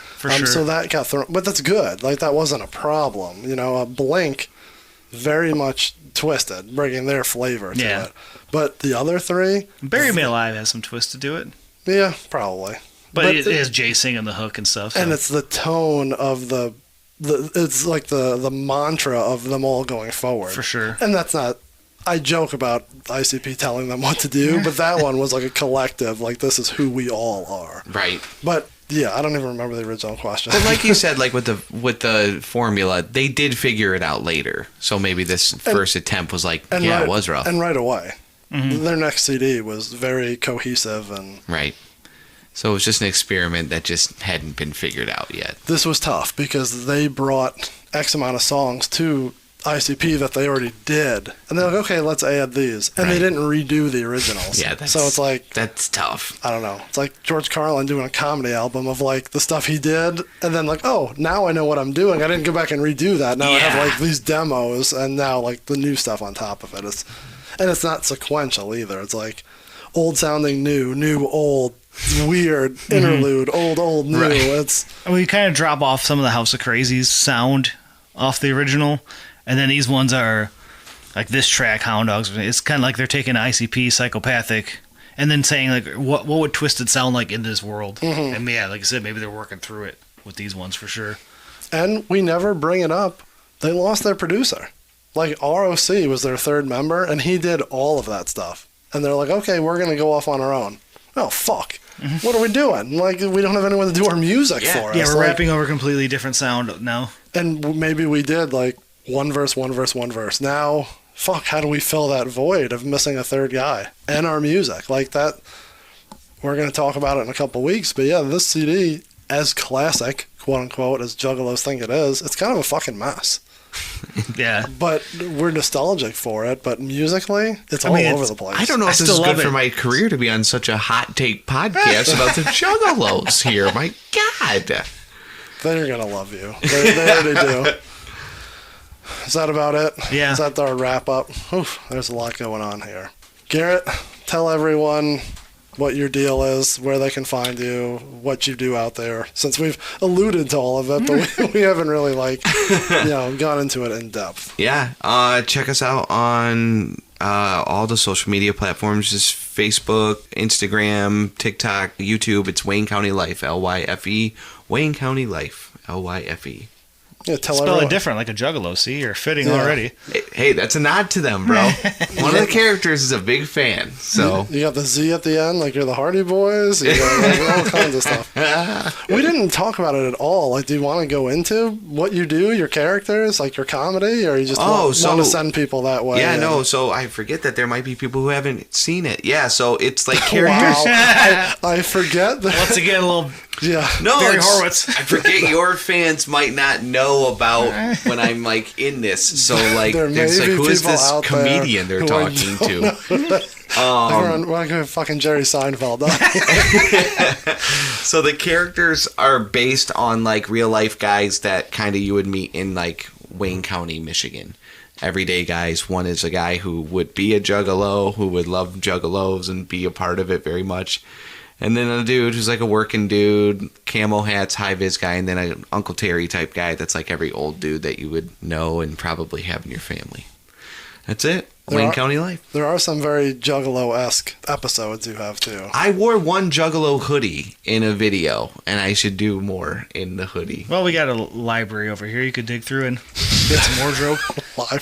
I mean, your Halloween ones from a couple of years ago, I re-share those every year. The House of Garage, I love. Kevin loves the Uber. Oh, yeah, the haunted minivan. Yeah. Die laughing at that all the time, too. So. Yeah, no, that would be, that's definitely a nod to them for sure. Those guys always loved it, like Cody type dudes, the character I play. Like, those guys were always, I would always make them love juggalos, you know, like those guys would always love Bone and stuff, but I'd always see that damn Riddle box CD with them, like, no, not that. And you mentioned ICP in a couple of them. Oh, for sure. Yeah. It's a local thing. You can't I can't not.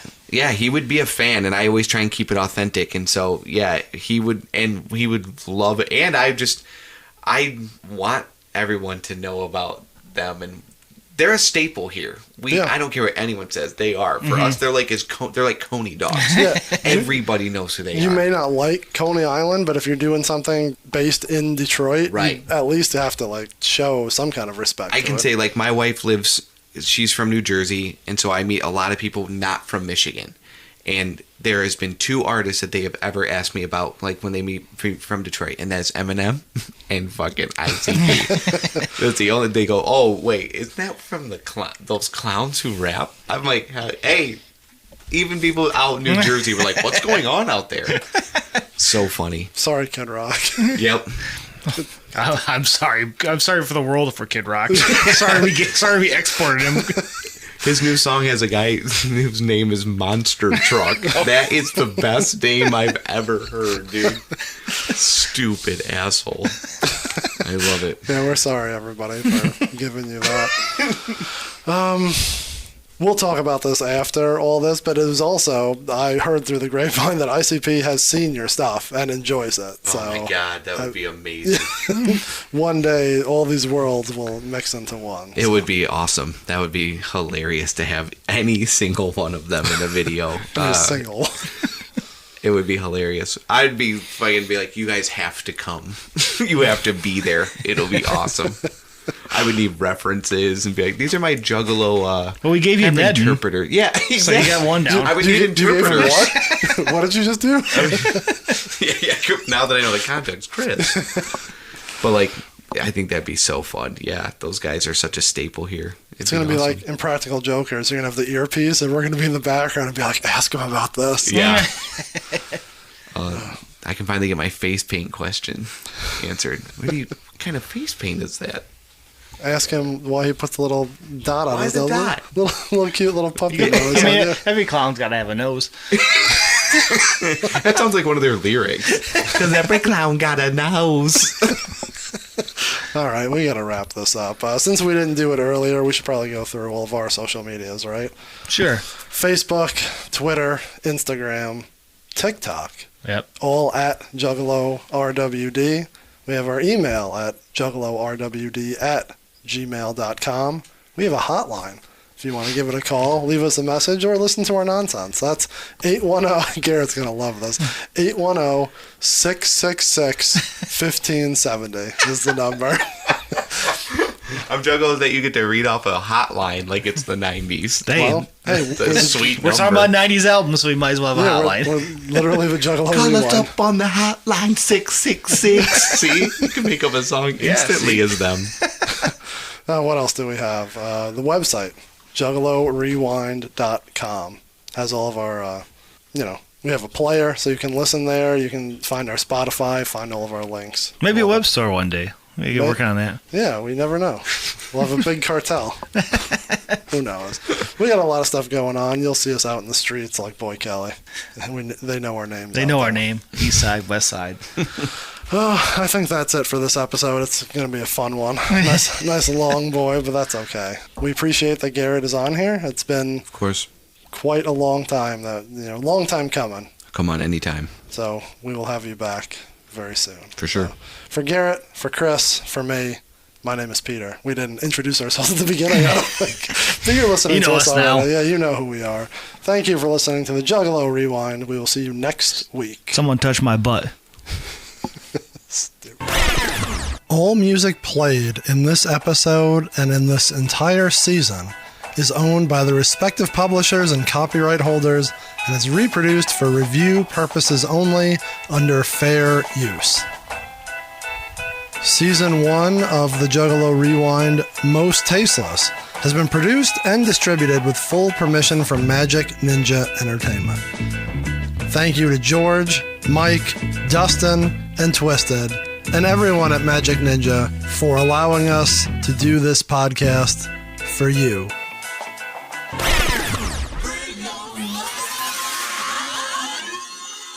Girl, you better touch my ass.